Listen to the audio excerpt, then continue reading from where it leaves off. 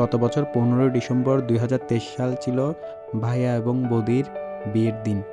তো সে হিসেবে এই বছরও 15 ডিসেম্বর ছিল ভাইয়া এবং নতুন বৌদির ম্যারেজ অ্যানিভার্সারি। তো প্ল্যানিং ছিল ছোটোখাটো করে একদম ঘরোয়াভাবে ছোট্ট পরিসরে তাদের ম্যারেজ অ্যানিভার্সারি উদযাপন করব। তো যে বাবা সেই কাজ, তাই হালকা করে একটু ডেকোরেশন করে নিচ্ছি আমি আমার মতোই করে।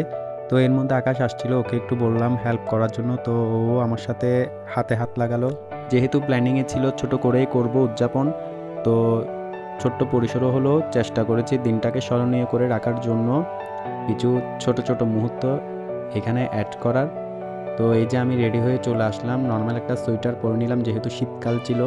তো এর মধ্যে আমার ইচ্ছা ছিল ছোট্ট পরিসরও হলো এখানে রিং বদল হবে, কেক কাটিং হবে। পরিবারের সবারই মন খারাপ ছিল, তাই কেউই চাচ্ছিল না এই উদযাপনটা করতে, কিন্তু আমি চেয়েছিলাম এই উদযাপনটা হোক, কারণ সবার জীবনে প্রথমবারের যে কোনো বিষয়ের যে কোনো কিছুর আনন্দের মাত্রা যেন দ্বিগুণ বাড়িয়ে দেয়।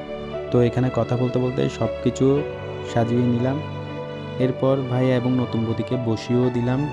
তো ভাইয়া নতুন বৌদিকে প্রথম ম্যারেজ অ্যানিভার্সারি উপলক্ষে একটা গোলাপ ফুল দিয়ে শুভেচ্ছা জানালো। এরপর এলো আশীর্বাদ পর্ব। তো ওই মুহূর্তে বৌদি ছিল গুরুজন হিসেবে, তো উনি গুরুজন হিসেবে ভাই এবং নতুন বৌদিকে আশীর্বাদ করে দিল।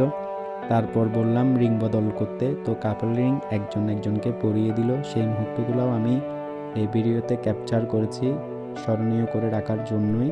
আর তাদের যেহেতু এবছর প্রথমবারের মতো ম্যারেজ অ্যানিভার্সারি উদযাপন হচ্ছে, তো আমি চেয়েছিলাম তারা কালার ম্যাচিং করেই আজকের এই উদযাপনটা করুক। এর মধ্যে কেক কাটিংয়ের পর্ব হয়ে গেলে এক এক করে তারা সবাইকে খাইয়ে দেয়। এর মধ্যে দেখলাম ঋষি খুব সুন্দর করে ম্যাচিং করে শার্ট পরেছিল, তো তাদেরকেও বসিয়ে একটু ভিডিও করে নিলাম। তো এর মধ্যে দেখি বদির ভাই প্রীতম আসলো, তো ওকেও বসিয়ে একটু ভিডিওতে নিয়ে নিলাম। এর মধ্যে যে ভিডিওগুলো করা হয়নি সেগুলো আমি ছবির মাধ্যমে ভিডিওতে অ্যাড করে দিলাম। তো সবাই অবশ্যই আমার ভাই এবং বদির জন্য আশীর্বাদ করবেন।